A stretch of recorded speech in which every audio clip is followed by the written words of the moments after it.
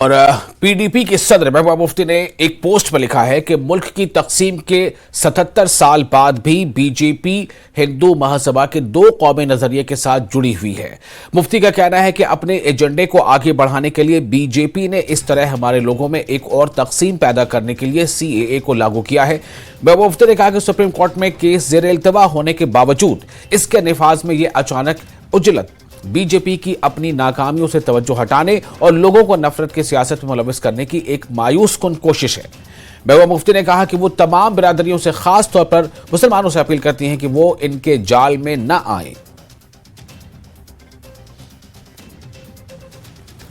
और national conference के नायब सदर उमर अब्दुल्ला ने कहा है कि सीएए 2019 में पास हुआ था, इंतखाबात से कुछ दिन पहले अब बिल को नोटिफाई किया जा रहा है। उमर ने कहा कि ऐसा लगता है कि बीजेपी हिकमत अमली के साथ इन तमाम चालों की मनसूबाबंदी कर रही है। ये सीएए तमाम मुसलमानों के लिए बीजेपी की तरफ से दिया गया रमजान का तोहफा है।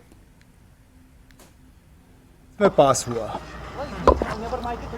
2024 में इलेक्शन का ब्यूगल बजने से चंद दिन पहले सीएए का नोटिफाई किया जाना, शायद इसी से पता चल जाता है कि इसके पीछे मकसद क्या है। जाहिर सी बात है कि बीजेपी मजहब का इस्तेमाल करना चाहती है आने वाले पार्लिमानी इलेक्शन में,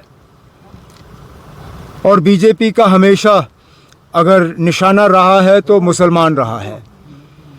सीएए में भी अगर आप देखें तो चुन के सिर्फ मुसलमानों को निशाना बनाया है। ये बीजेपी की कोई नई सियासत है नहीं, ये पहले से ही उनका रवैया रहा है।